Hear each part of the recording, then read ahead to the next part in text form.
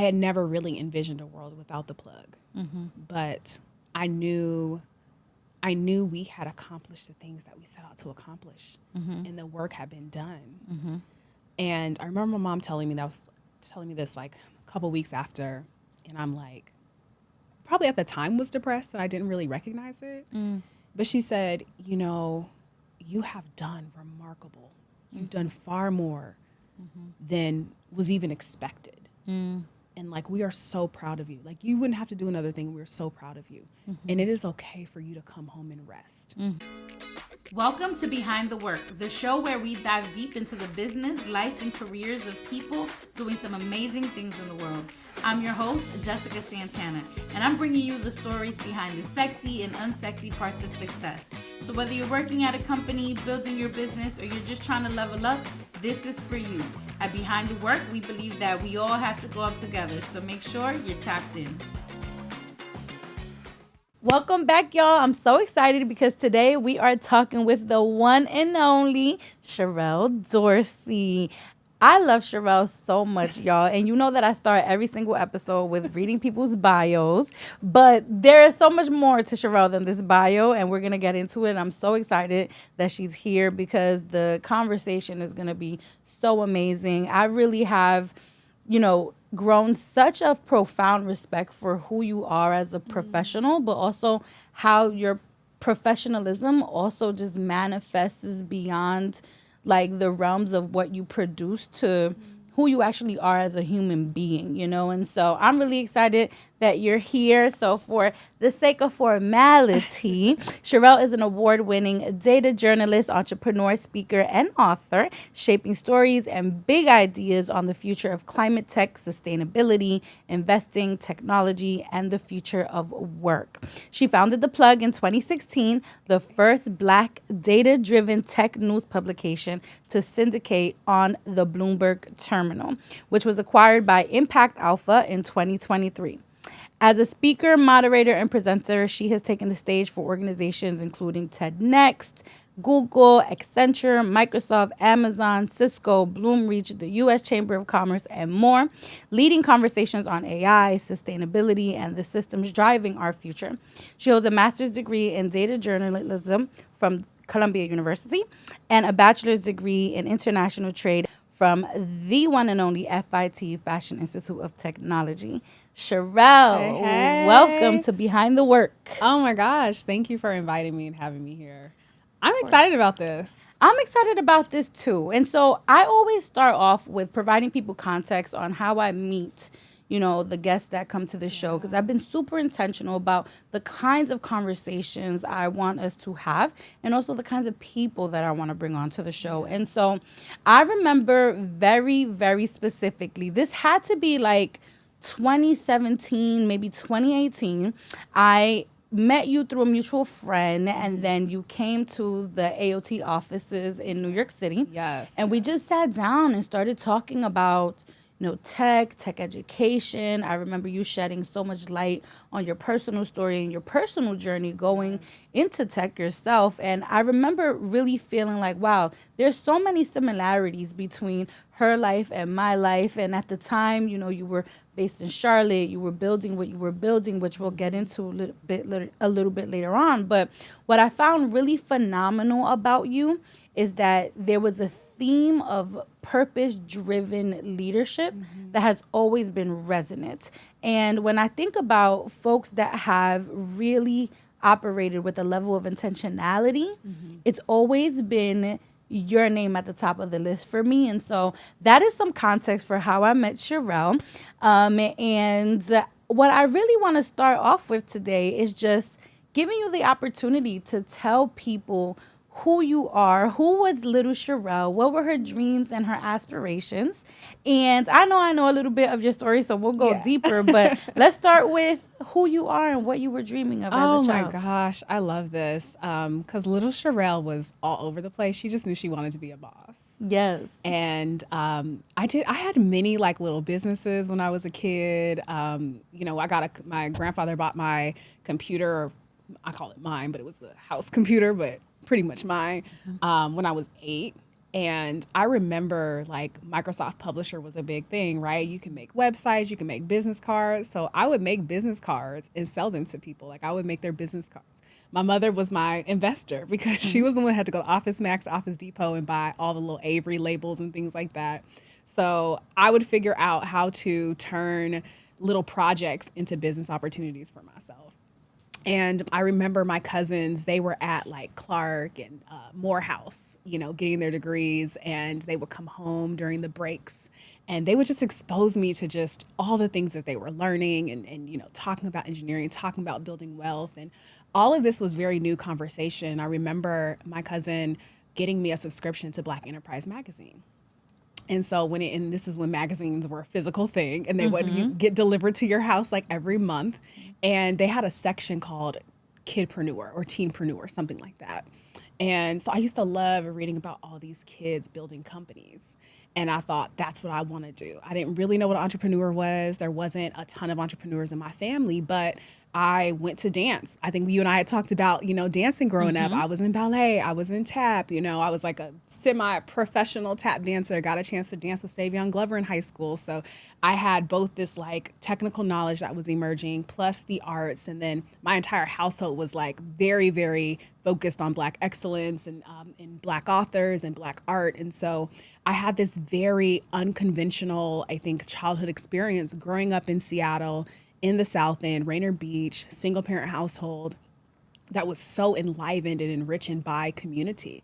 So when I danced, it's like I danced at an all Black dance studio. So I did see, my instructor who also owned the location. So that was like my exposure to what entrepreneurship was, or working at, Auntie Monica's hair salon, which was down the street. And then, working with her on the weekend. So that's how I made money. And then eventually I started teaching tap. So I had all of these vast experiences. I didn't zero in on one specific career, but I knew that I could take my talents and offer value into the world and into the community. And I'm so grateful because there were just so many Black and brown people in my life who I saw doing impactful work, and anything that they did centered creating community, supporting people in their journey, helping people get jobs, whatever it was. I remember Auntie Monica, she used to hire like all the teen girls, right, to come and work in the hair salon. And some of these girls were rough too, right? Like some of these girls were like, having challenges and things like that. But this was a safe space that she provided. And when I think of that experience and I think about the exposure to healthy community and, women who were shaping their experiences how they wanted to, making their own kind of money, that was monumental. And so, I would get these magazines, I would, babysit, I'm at the hair salon, I'm teaching dance, and I'm just trying to figure out like, how do I end up on the cover of Black Enterprise magazine, And I think that like my family just tried to nurture whatever it was that I was into. They couldn't guide me to the specifics, but they were great at like making the introductions. Like, okay, you're interested in this, you're interested in that, what have you.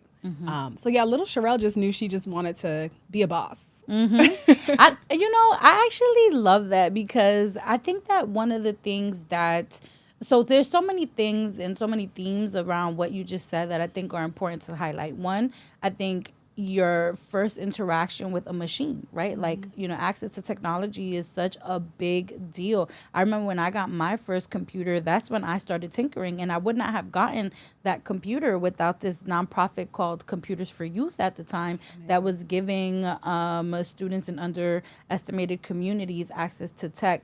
I also think about the theme of like seeing safe spaces for young women to thrive, very, very much alive and well in my own life and in my own journey. And I also love the theme of you seeing yourself within the people in the magazine, right? Like seeing folks and seeing young people in Black Enterprise made you also feel like you could be there as well. So I really think about my own journey around like, role modeling the kind of person I want to be by seeing people do the things I kind of want to do. Absolutely. Is so important. But what is interesting, right? Like if we hone in on this idea of the magazine, right? I don't know that you've been on the Black Enterprise magazine cover I've been as of featured yet. in it. You've been featured in it. Yes. But you know what's interesting about you is that you kind of started a media company, right? Like not just kind of started it, right? So I wonder, like, did you ever make the connection between your experiences consuming Black Enterprise and then ultimately your founding and creation of The Plug? Which, for those of you who don't know, that is one of Sherrell's biggest companies and endeavors to date. And so we'd love for you to just shed some light there about what The Plug is and what it meant to you. Yeah, absolutely. I think there's definitely a direct link between my early days reading and just, I don't even want to say I read it, like I digested that joint, month to month, cover to cover. Learning people's names, learning people's businesses. Black Enterprise was one of the first to really start indexing even Black executives in corporate America. And, my first major publication or my first actual piece and my start into the world of journalism was through Black Enterprise. I remember calling them because at the time you could just call and speaking to an editor and just like telling them I have this idea. Lisa P. Jackson at the time she was at the EPA was like going around to Black churches to talk about sustainability. And he answered the phone on the first ring and I'm like scared out of my mind because I'm like, there's no way someone's gonna let my little no-name self, write an article about this. And he's like, okay, send it to me. 1,000 words, let me see what you got. And, that moment really changed everything for me. It helped me to show that like I am capable, and it was just very monumental. It's like this magazine shaped me so much so. And so when I decided to launch The Plug, I think it really came on the heels of seeing these incredible Black business publications and then also seeing the divide with the publications I was reading to stay on top of the industry. Because by that time, I, was working for major tech companies. And, as you know, working in tech, you've got to know who's doing what, who's raised what new technologies are out, so that way you can be, great at what you're doing. And it always baffled me that we weren't in mainstream publications also covering Black and brown founders and CEOs and understanding how they think about the future. So many of the coverage points were just about like, well, what is it like to be Black? What is it like to be Latino? Like versus, no, like I just created this incredible new thing and like this is being deployed. And, I grew up working at Microsoft in high school, a program very similar to AOT back in the day in Seattle, Technology Access Foundation. That's where I learned how to code. I learned network administration and all of my instructors, every mentor that I had was a person of color, a person of a different orientation, whatever it was. Those are the people that really poured into me. So I just wanted more depth and I wanted high quality journalism.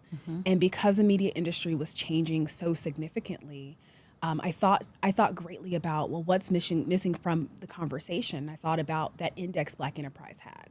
And I thought about, wow, like if we could collect more data on the Black innovation economy, we could tell sharper stories, more distinctive stories, especially as founders of color are starting to raise money and build these incredible businesses.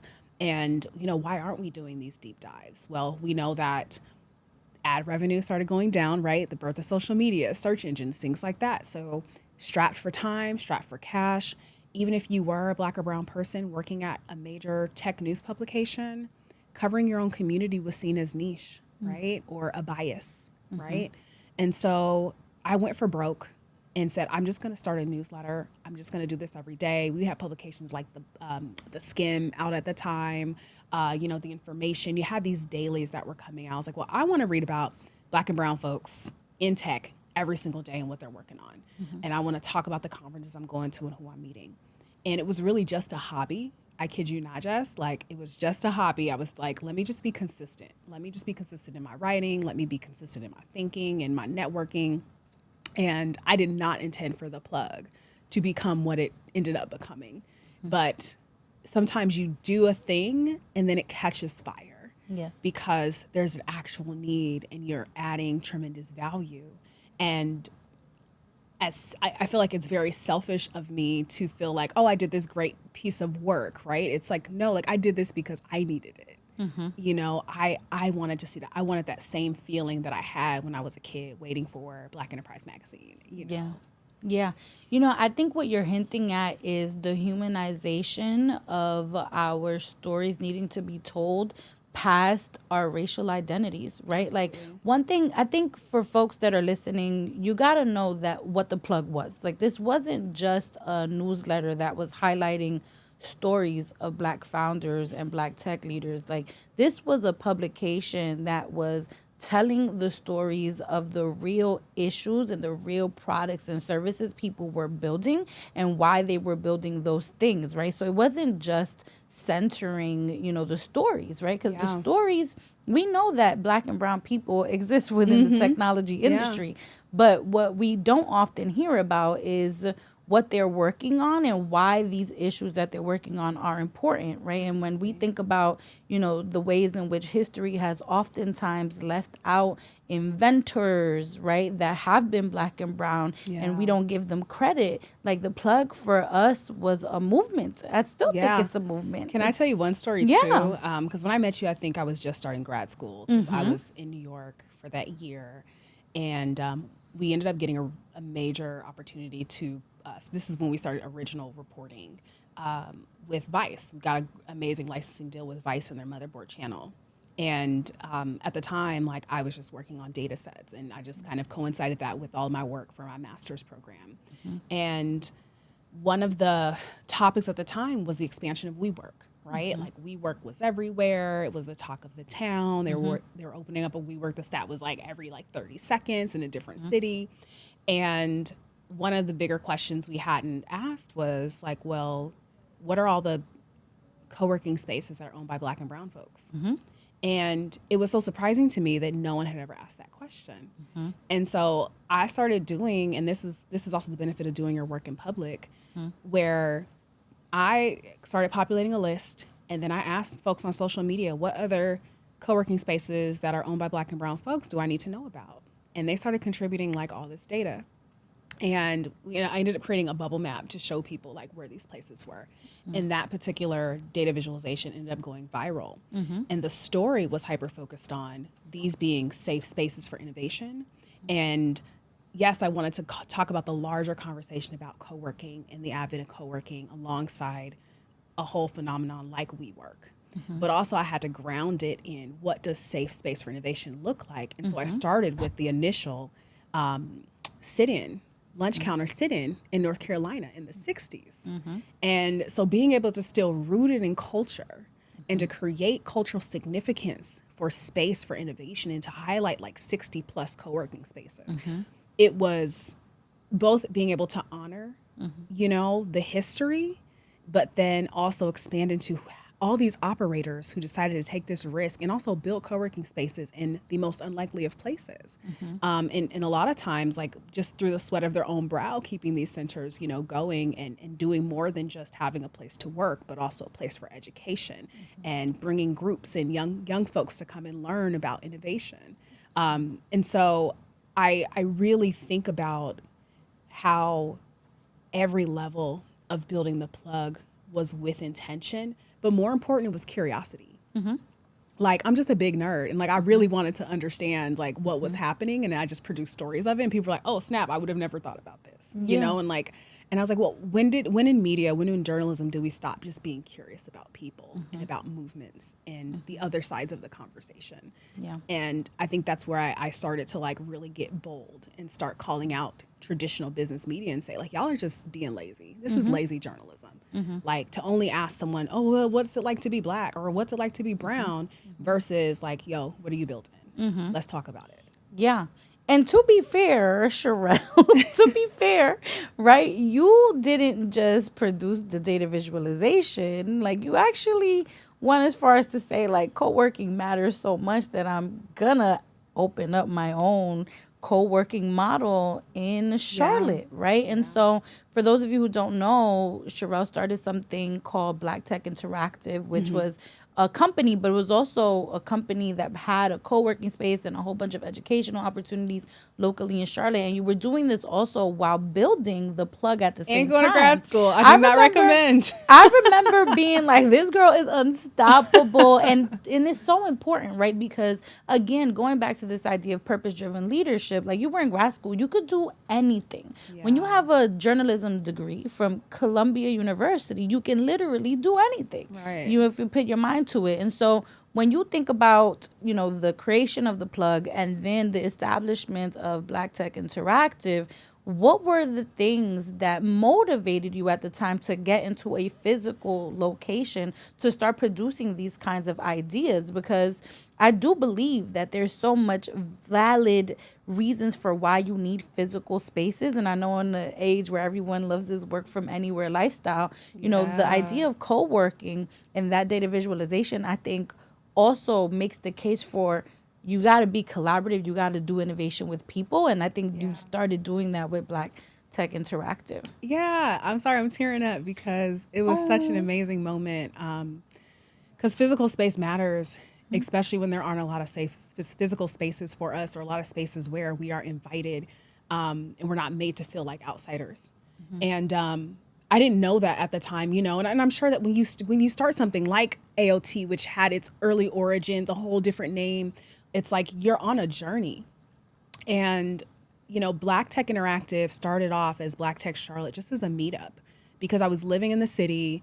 All of the tech pitch competitions, things that I went to, there weren't a lot of folks that looked like me, despite being in a city that was 33% Black, right? And filled with all these folks who were coming out of North Carolina A&T or NC State or what have you. There just wasn't a ton of representation. And so me, my best friend, Enovia Bedford, and my girl, Frida Henley, we were like, well, let's just, at the time we were working for Google Fiber, and it was like, well, let's just put something together here. Google Fiber gave us a space in Uptown Charlotte.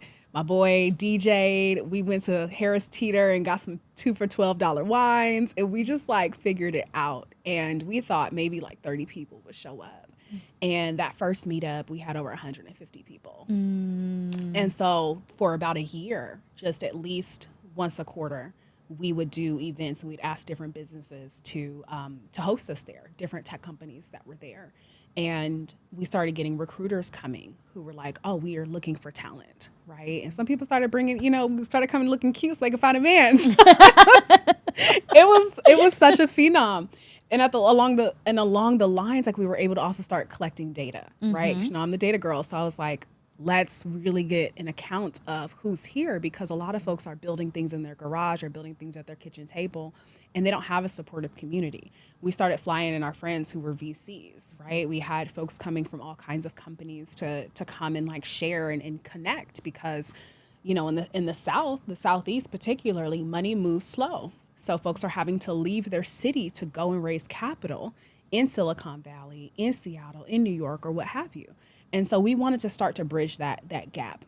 And that really, again, got started because we were missing something. We're coming as a transplant from cities like New York, Seattle. We're used to things moving and, deals being made.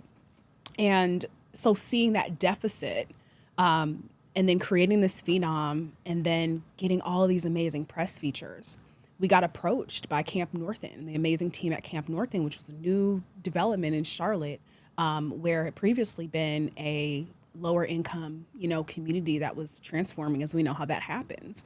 And they invited us to come in, and the space was able to get sponsored, so we didn't have to pay any rent. We started to pay for other things. And I remember DMing my girl now, one of my closest friends now, but Quintel Gwynn, who's an interior designer. I had been stalking her on Instagram for a couple months, and I was like, I don't know you, but I want you to design Black Tech Charlotte. This is going to be major. And I came down for 3 days between classes, and we were in IKEA, in all the paint stores and all this, trying to put something beautiful together. And we had this amazing launch. Mayor Vile Lyles had come out. We had senators come out. I remember the governor at North Carolina at the time came and held a press conference there. And those things were fine and dandy. And the reason why I started tearing up when we talk about physical space is because, of course, I'm talking about building this, while I'm pushing out the plug every day. And we would get people that would come in all the time. And my team would tell me, because I'm in New York, I'm coming back and forth maybe every 2 weeks.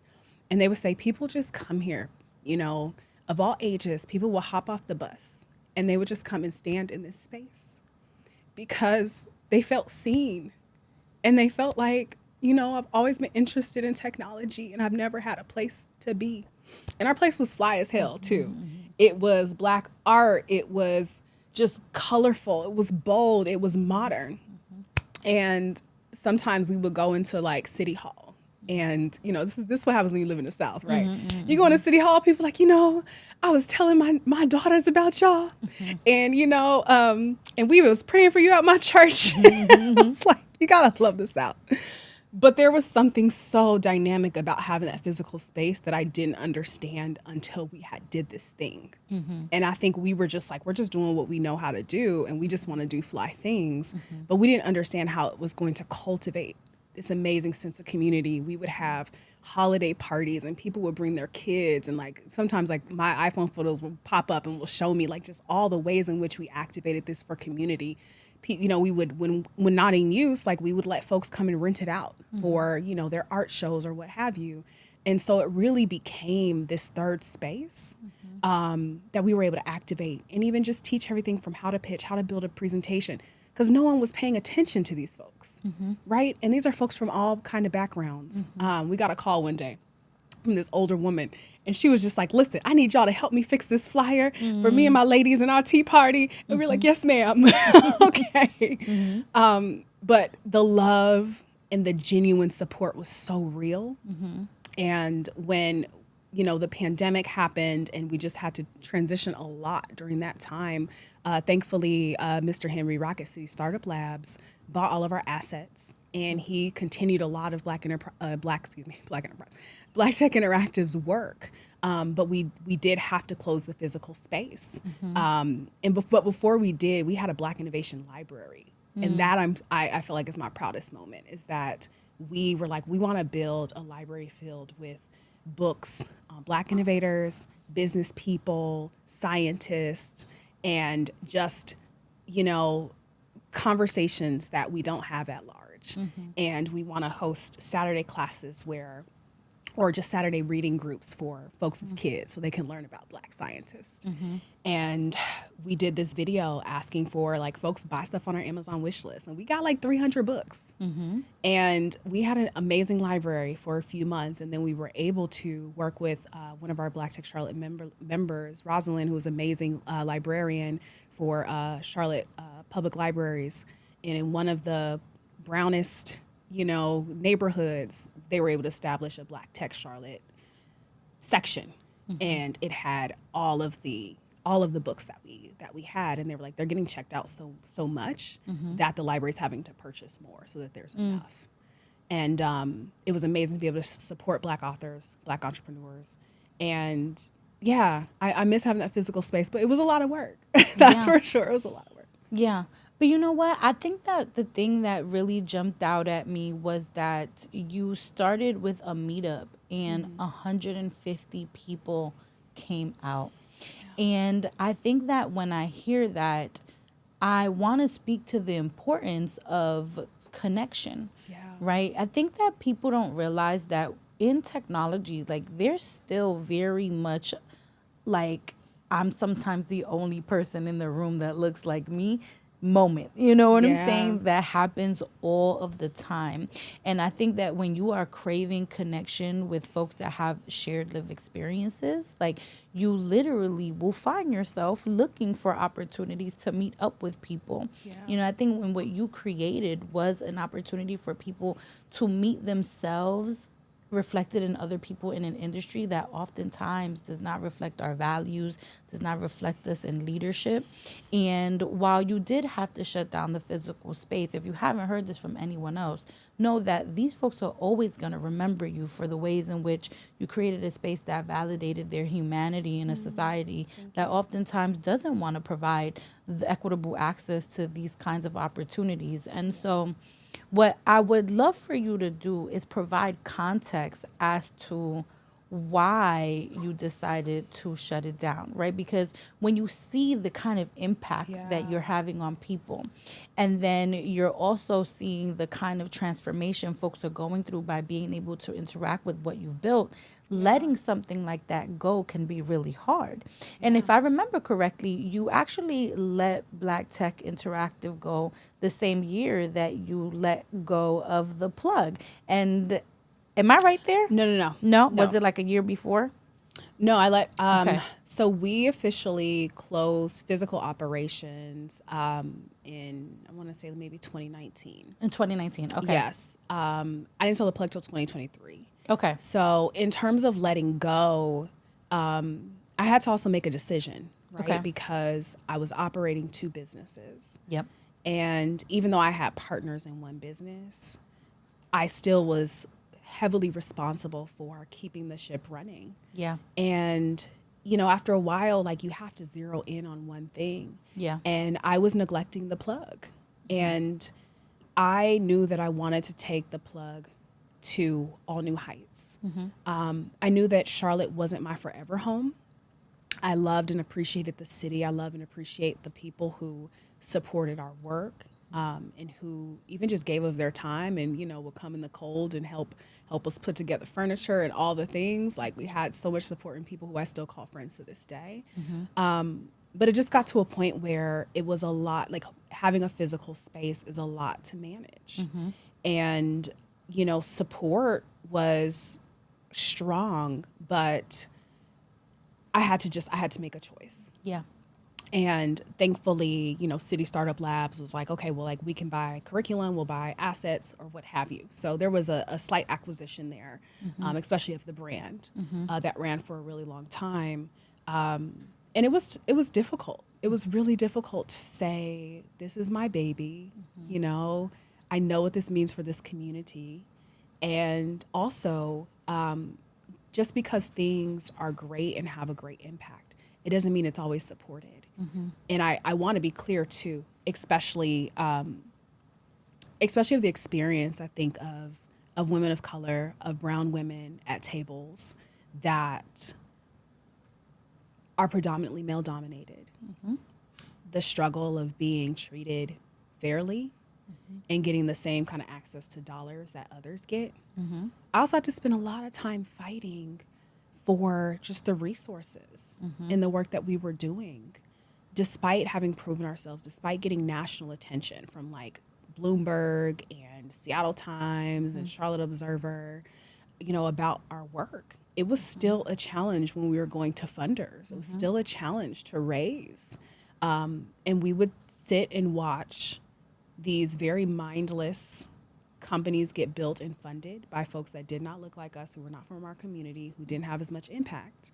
And they get past a 6-figure, almost 7-figure check, and they're like, oh, here's $5,000. Let's see what you can do. And I'm like, well, I guess we're just gonna be ordering some sandwiches because that's all that I can do with that. And, you know, so when I made the decision to hyper focus on the plug, I had to look at scale.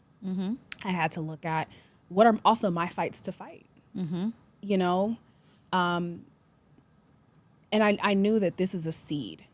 This is a seed in this community. And I did my work. I did what I was supposed to do. And it's time for the next thing. And I'm a person, and you spoke to this earlier, just like we talk about like manifesting, right? And it's like, I'm a person that also recognizes I'm a 0 to 1 founder. I'm really good at getting an idea off the ground, pulling in the right resources, casting that vision, pulling in the right players. And then I have to go and create the next thing. I'm going to be creating things until the day I, you know, go. Until the day y'all bury me in my mushroom suit and let me decompose into the earth. And so it was, it can always be a challenge to say goodbye, even when it was time to sell the plug. And I start to feel it. I start to feel this itch. Like, okay, this was good. This got me the respect. It got me the recognition. I think it got me a sense of seriousness, right, in the industry, and attention that it needed to get me to. And now I have to focus on the work at hand. Yep. And the thing my mom said to me, I think after I sold, because it was tough. This was the plug, and I know we're going to kind of talk about this a little bit more, because I had a hard time. I had to turn off my phone. I had to turn off my email, because the outpouring of love was just so big and vast, and my identity had been wrapped up in this thing I had built over a 7-year period. Yep. And I had never really envisioned a world without the plug, but I knew we had accomplished the things that we set out to accomplish, and the work had been done. And I remember my mom telling me this like a couple weeks after, and I'm like, probably at the time was depressed and I didn't really recognize it. But she said, you have done remarkable. You've done far more than was even expected. And like, we are so proud of you. Like, you wouldn't have to do another thing. We're so proud of you. And it is okay for you to come home and rest. But I needed that permission. And I think when you grow up in spaces where you are not the dominant and success is measured very differently, you never quite feel like you're good enough. Right? Because you're measuring success by someone else's standards. Yeah. And so I was chasing this very elusive and ephemeral idea of what success looked like. And probably my whole life, just trying to be recognized and trying to, hearing those words, you've done remarkable, you've done enough, right? Because we don't get that a lot of times, especially in the spaces in our industry of choice, where we're just fighting for space at the table a lot of the times. And now, like a year and a half post, acquisition, I'm still learning and recognizing like that whole process of letting go and being okay with like, I did these things and I still have so much more to do and contribute. Yeah, absolutely. You know what? You said a lot. And so I want to touch on a few themes because the first thing I want to talk about is the fact that it actually should not be that hard, right? Because I imagine, Sherrell, if you had an abundance of resources and you were getting the same amount of checks as these peers of ours usually get for just their ideas, right? That you wouldn't have had to let go of Black Tech Interactive, right? You would have been able to sustain that resource for a community. And so if you are listening and you hold dollars and you care about inclusion and you care about creating opportunities for people, then just know that we are also fundable. Like, we are also fundable. We matter in this work. And even though things may not be familiar to you all, like, just know that the familiarity that we have and the proximity that we have to our communities is just as important as anyone else who is building something of substance. And then the other thing that you mentioned was, this idea that you had to choose one thing to really zero in on. And you also chose the plug because of scalability and like potential impact for the future. And what I feel is really divine about this is that Black Tech Interactive shuts down in 2019, right? Yeah. You let it go in 2019. That's not too far away from 2020. Right. And 2020 was really a moment, not just for the world, but for you personally and also for the plug. Yeah. Like, I remember very, very specifically being in my LA apartment and you made the announcement of tracking these companies' commitments to diversity, equity, and inclusion after the murder of George Floyd. And then you also announced a significant investment from a really important foundation at the time that has a history of investing in media and things like that. But the reality of the situation is that there were years of work that went for you to get to that point. Yeah. I'm wondering how you reconciled your personal feelings about the murder of George Floyd, having to balance a business that you've chosen to zero in on, while also grieving the closing of something that was extremely important to you, no more than like a few months later. Lordy, I feel like just 2020 was a grief year. Yeah. And it was a very uncertain year. I didn't think the plug was going to survive, you know, because I was on planes all the time. Like I had not even decorated my apartment. I still had boxes. And I just moved to Atlanta.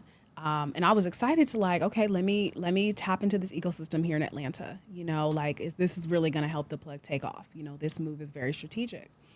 And then, yeah, the world kind of shuts down. And we're all trying to figure out what is life, right? And I'm still trying to keep the plug moving along. And then, yeah, we're all on social media seeing the worst of the worst, right?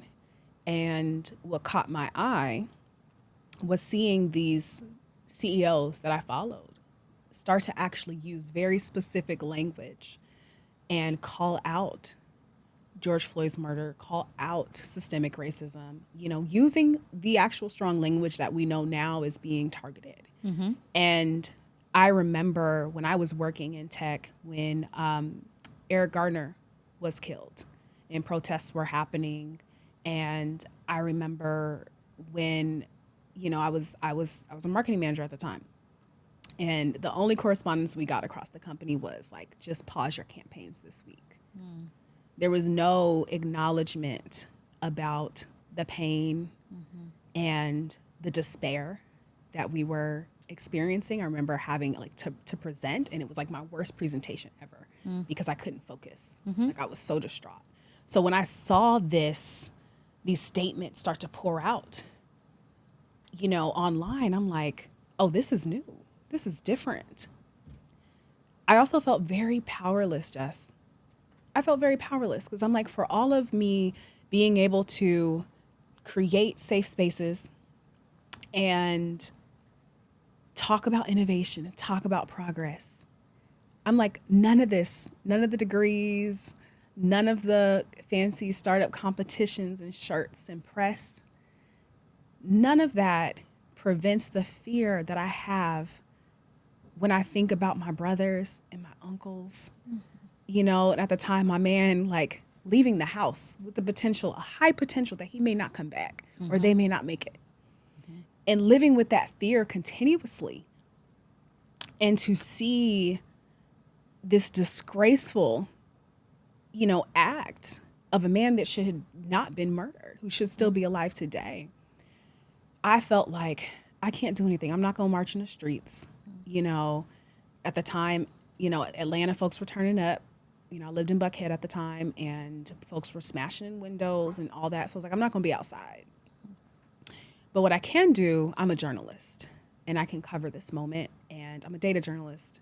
So I can run a few scripts and analyze what's happening. I can crowdsource and get information from all my friends who are at these major companies and understand what the conversation is. And so, again, you know, just wanting to meet the moment and try to collect the information. I had no idea how many people were watching. So we created this database covering the companies and the tech statements. Worked on a data visualization. This is like 36 hours of work, like non-sleep. One of my advisors, her daughter ended up jumping in to help us because we're trying to track like pretty just in real time, right? Everything's flowing in real time. We're also trying to match diversity reports and, you know, population and what have you, just any kind of markers that we could track at these companies as well. DataViz goes ballistic online. Like we're company logos, the time they made a statement over the course of like a 5-day period, I believe. George Floyd was killed like May 23rd or 24th. So we probably tracked from the 23rd through like May 30th or something like that. I'm so proud of that work. I'm so proud of my team for jumping in and for us doing what we could to hold companies to account and having something to solidify that there was a promise made. And the following year, we worked with Fast Company to do a follow-up and track, okay, how much of these billions of dollars in commitments have actually been spent. And then the next year, we worked with Black in Technology to do another report. So you can still see and pull these reports at stateofthepledge.com. We're going to try to leave that up in perpetuity. We haven't updated it recently, but you get at least 3 years of data. we thought that was significant. And I think people felt like they were seen. So many executives have reached out to me and said like, oh, we're in a global meeting, at XYZ company, and they've pulled up like your database, and people use this to raise money. People use this to raise new venture funds. People use this data to create university programs and partnerships. Like the amount of economic value our reporting drove is kind of insurmountable, right? But I just go back to that moment of like feeling powerless and recognizing that we didn't really need to be pacified in this moment. We needed some level of accountability. And I always tell people like media and journalism are two very different things. And in that moment, like I felt like I honored the work of journalism and what it's supposed to be, and that is holding power to account. Yeah. Yeah. And I think what you're really saying is that you turned your pain into power, right? Because these are the unsexy parts of success where, yes, you got the database, 3 years worth of data, people are using it and leveraging it, but folks also are not realizing that in that moment, you also feared for your loved ones. And in that moment, this project that turned into what it became also came from a place of great despair. Yeah. And I think a lot of times people don't talk enough about the relationship with pain and power. And I also think that sometimes we don't even recognize, because sometimes we've normalized that this is our day to day, that everything that we create, everything we build, everything that we design comes from these really traumatic places in our lives that have been very defining and have been very scary, for a lack of a better word. And so, the question that I have for you is like, now that you can recognize, where this database came from, and then you're seeing that now the plug is getting the notoriety that it should have gotten as soon as it started. Right. At what point were you like, you know what, my work here is done? Because I would argue that the moment you stepped away from the plug, this was a company that was on the up and up. Like you could have kept it going, And so why was it important for you to say like, I'm done here? Yeah. So I sold in 2023. 2020 was a major year. But the key word here is sold. I just want to say that. Sold, not shut down. Yeah. So 2020 was a major year for us. Of course, so much of our work went viral and was recognized, respected. We got amazing licensing deals. Before the Bloomberg Terminal inclusion, it was Business Insider. We were doing some inclusion deals with Wired. I think we had wrapped up the Vice partnership. And, I had investors courting me. Like, I want to look at what you're building and I want to invest in it. And I hadn't raised formal venture money at that point. We were surviving on hopes and prayers and dreams and partnerships, right? And some grant dollars. And yet we were able to get a major grant to help further our data work. And spent about a year and a half really trying to produce a really large database, introduce a data product to help really speed up our revenue.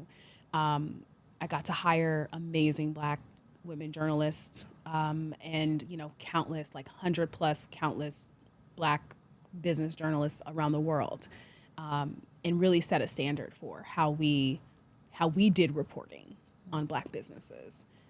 Folks coming from Forbes and the Weather Channel and CNN, and crafting and creating new verticals down to like HBCU innovation, because all we were hearing about at the time were like, the games and the yard shows and all that kind of stuff, versus, hey, these new partnerships are happening between these big tech companies and these new internships are being developed. And oh, by the way, here's an amazing professor at Tuskegee who's created a new, plant-based polymer so we can reduce our reliance on plastics. And so we started interviewing these university presidents and just approaching all of our work saying, where is the gap and how do we fill it with the kind of reporting we're doing and how do we sustain and not raise a ridiculous amount of money, but really find a sustainable way to keep growing. I will say towards the end of 2022, the tides were changing again. So where these major promises and big campaigns and lunches and dinners and funds had emerged, now all of a sudden, our partners, our point of contacts were disappearing, right? So we're looking at the climate now, but this didn't just start in 2025 or towards the end of 2024. This was in the works. The appetite for diversity, equity, inclusion ran very short. And so as we started to see that pullback, I started to predict the lack of investment that would also happen for media publications at large, but particularly smaller Black-owned, brown-owned media publications. And for me, the superpower that we had at the Plug was our databases. So I knew that we had a strong brand. We had a strong asset. I also got to a place as well, to be 1,000% honest, where I was burning out. I loved the work. I loved what we stood for, but I also had to look at how much further do I want to take this? Because we hit major milestones. And I had to think as a leader as well, if I've hit my milestones, does it make sense for me to just operate on sustainability? Otherwise, growth is going to be us working twice as hard for half as much. Yeah. And what do I owe my team that took a risk to come and work for me? Yes. Because I've been able to elevate them, make them better journalists, make them better researchers. I was so tired of travel. When we started back to travel, I was so tired of traveling. I would send my team members and we would be at retreats and they're like, Sherrell, you just assume that I know how to do things, right? Like you just throw me into the fire. And I've grown so much more than I ever would had I been working at a larger outfit. And it was important for me to feel as though my team could get to the next level in their careers. And I recognized I don't have the bandwidth to take them to that next level while also trying to fight an industry that we're already at a disadvantage of. So it makes sense to find a partner or a buyer with a similar ideology around impact-centered, inclusive-centered, deep reporting. And we had spoken to a couple of different buyers. And funny enough, there were a couple of people who tried to buy the Plug when I was in grad school. And I turned them down primarily because I didn't feel like we had the same aligned mission for what the work was. And also, like, when you're still building something, you're like, I don't know what this is yet. Like, you don't want this, right? You don't want these problems just yet. But I ultimately decided to work with ImpactAlpha because we had done a lot of work in tandem together, and their mission on reporting on impact investing. They're doing some amazing work on, equity-driven green economy investments. They are doing incredible documentaries on folks like Napoleon Wallace, who has built out frontline solutions and supporting Black wealth creation in the South. Like for me, it's like the Plug can journey into this space that aligns with what we were hoping to accomplish anyway. And when I talk about burnout, we have all been there. We all needed, and it was more than just taking a couple of weeks off. It was, I am fundamentally exhausted. My soul is exhausted. And I'm also exhausted from having to defend us all the time. And the expectations that come with being a Black or brown founder. And I want to work on something so significant now. And I know we're going to talk a little bit about where I am today. And part of that, because I didn't just sell and be like, bye everybody. It took a good year of starting to kind of really going back and forth with the idea. Maybe should I just bring in a new CEO and me take a step back? Should I, think about just more of a strategic partnership. Like there were so many other things that I wanted to consider and talk to my investors and talk to my advisors about. And I also needed to prepare my team. You know, you hear about like startups all the time that, you know, they come in on a Monday all hands meeting and they're like, oh, it's a wrap. You know, no warning, nothing.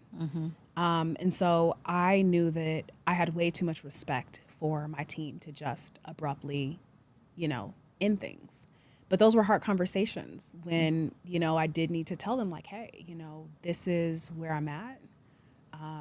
This is how much time I want to give y'all to continue the work and have enough time to transition into your next thing. And I'm going to help support that. But there was one point on that Zoom call that I had to turn off the camera because I was just in tears. And it was tough because I'm like, these are my ride or dies. These are people I believe in, and I know that I am not going to be able to take them to their next level in a way that they deserve.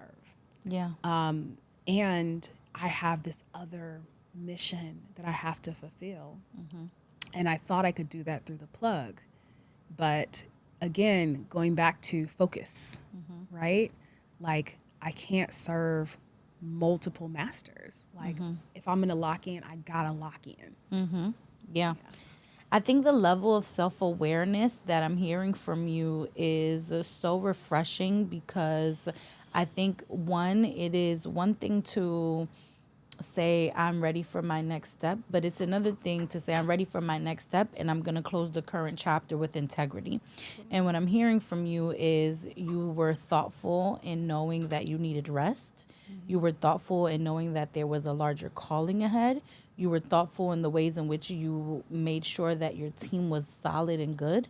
And you were also thoughtful about who you would give your idea to have it continue. And I think that, you know, there are a lot of folks who are really ambitious, right? And they are trying to do multiple things at once. And I think what I can appreciate about what you're saying is that every single time that you felt called to something larger, you took a bet on yourself and you said, this is what I'm going to go do. And there are folks that don't necessarily always think that way, right? And so in this current season of your life, right, I've been following this new calling that you have and the kind of impact that you are hoping to see in the world as a result of you locking in on this. I would love for you to share with the audience why work on this. And for those who don't know, this is sustainability. Like, why this? Because it could feel like, dang, like Sherrell has built a brand on just like helping Black and brown folks, telling Black and brown stories, collecting Black and brown data. And when sometimes you hear climate change, it's such a, well, when you hear sustainability, you kind of, there's like a face to sustainability right now that I think you're trying to shift because this actually affects us tremendously and disproportionately. And so tell us how this still very much is in alignment with advocating for Black and brown people. Absolutely. I mean, you know, I'm a tree hugger. Yeah. I grew up in Seattle. You know, I grew up hiking, fishing, you know, and learning about the plants and, you know, all of that from, you know, from preschool till the day I graduated from high school.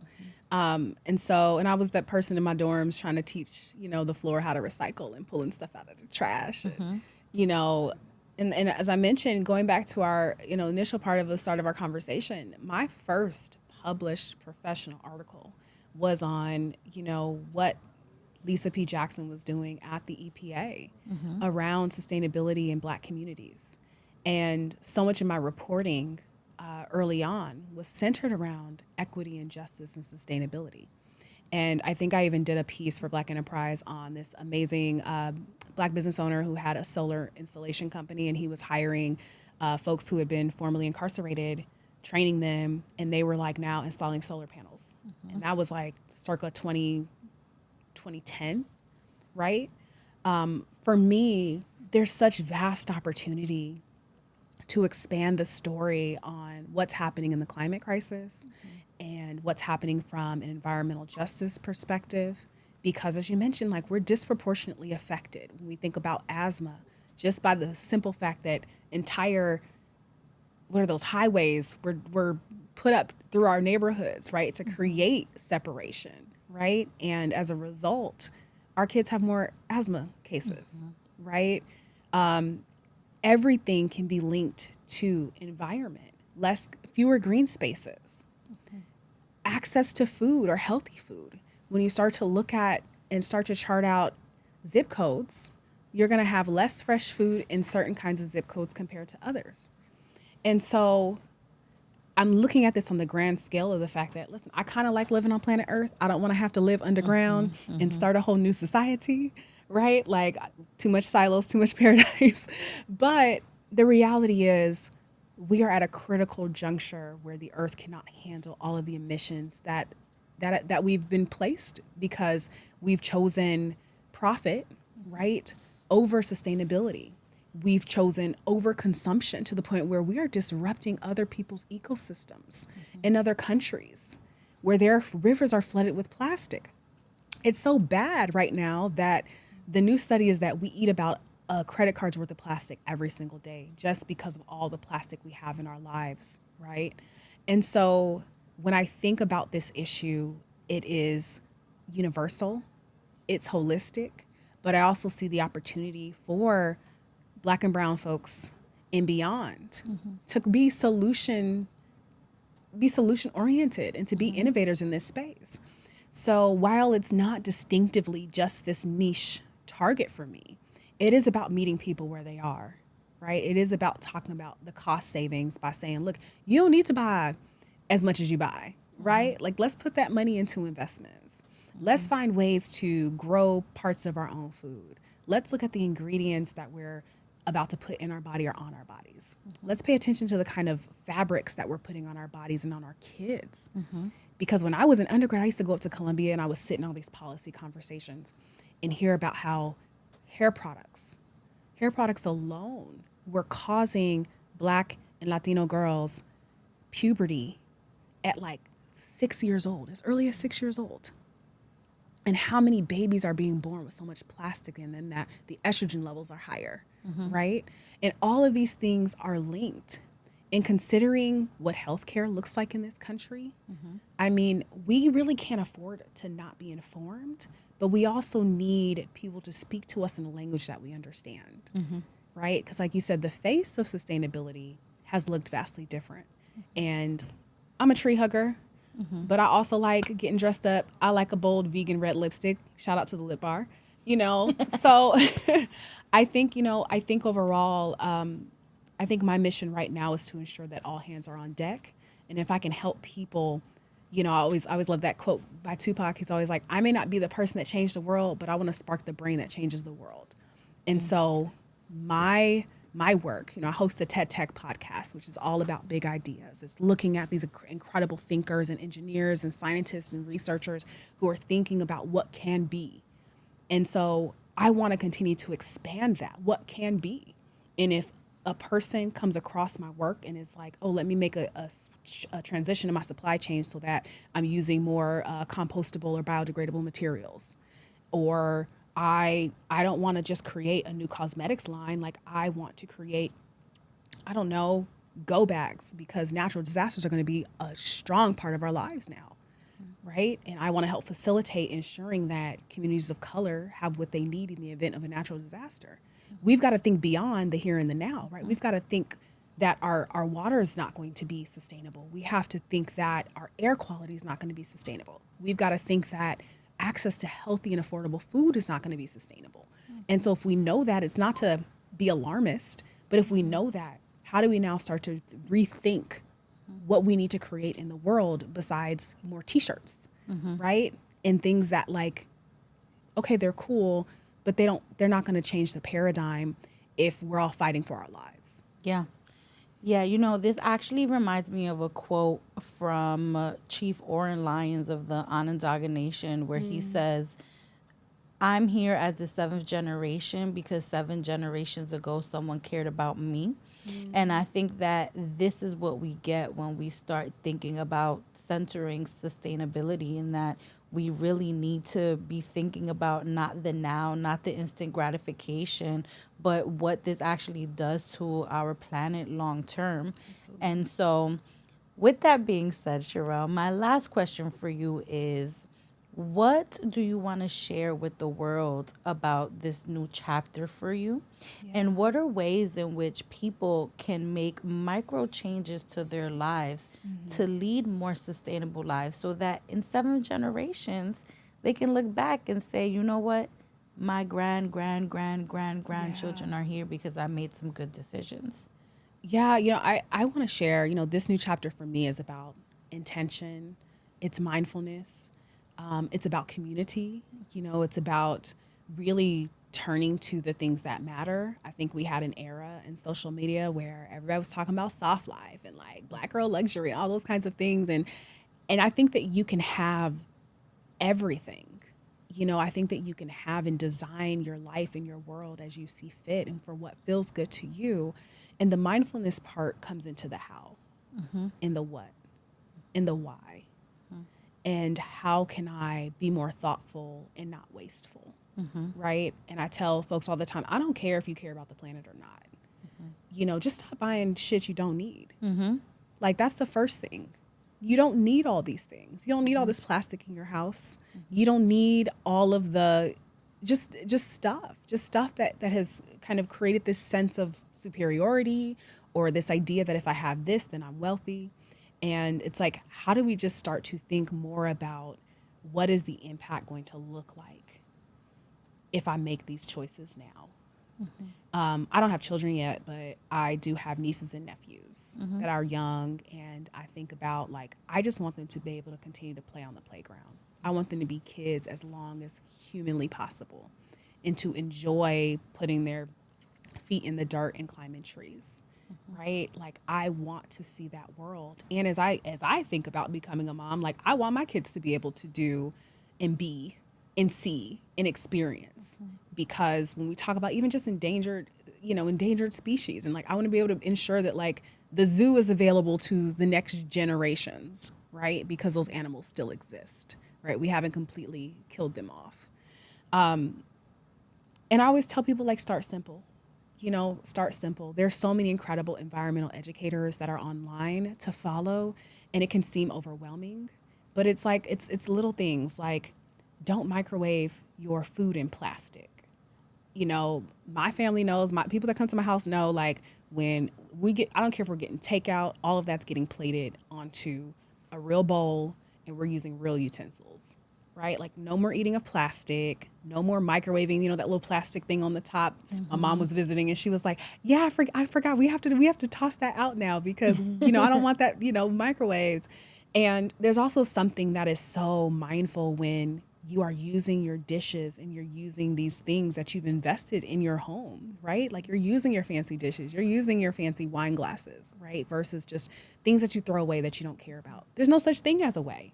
That's going to end up in the ocean. It's going to leak off of a landfill, right? It's not a way. So how do I reduce that?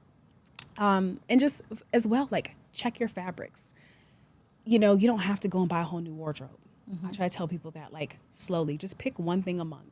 Like, okay, well, maybe I'm going to get something of linen or of cotton or of silk, right? Maybe I'm going to just stop buying from fast fashion, and things that don't last. Like, if I wash it twice and it's gone, like, that's not sustainable for me, for my pockets, right? Like, build a wardrobe that you love. I love my girl Amber Cabral talks about this, like, build your foundational wardrobe, something timeless, because especially like in this economy, like, if you got to stop spending and you got to start saving and stacking, you already have a wardrobe that you love, so you can look great at any given time. Just like slowly start to make these changes. Drink more water, like those little things. It doesn't really have to be hard. It just has to be intentional. Well, everyone, Sherrell Dorsey. Sherrell, before I conclude the episode, I just want to take a moment to give you your flowers. You are one of the most incredible people that I've met on this journey. I think being a founder myself, you run into a lot of personalities, some that are very, some that are very, Oh, we know. some that are very inconsistent, some that you got to be like, you good? But you've always been top tier, a remarkable person, so intentional with the ways in which you show up for people. And if you haven't heard it before, everything that you've done up to this point, if you don't do anything ever again, it has absolutely mattered to the world. And I am just really excited to see how you take the world of sustainability by storm. I feel the exact same way about you, Jess. Like, I'm just beyond proud. Beyond proud. I'm glad that we got to meet and we've got to see each other grow and ascend. And I know there's just so much more. So I'm grateful for you, sis. Yeah, me too. All right, everyone. Thanks for tuning in to today's episode. Really appreciate it. Make sure that you subscribe to us on YouTube. Make sure that you subscribe to us on Apple Podcasts. Leave a rating. Follow us on social media. And we will see you next week. Bye. Thanks for listening to Behind the Work. If you enjoyed this episode, don't forget to subscribe, leave a rating and a review. Follow us on YouTube and on social media. I want to hear how this show is leaving an impact on you.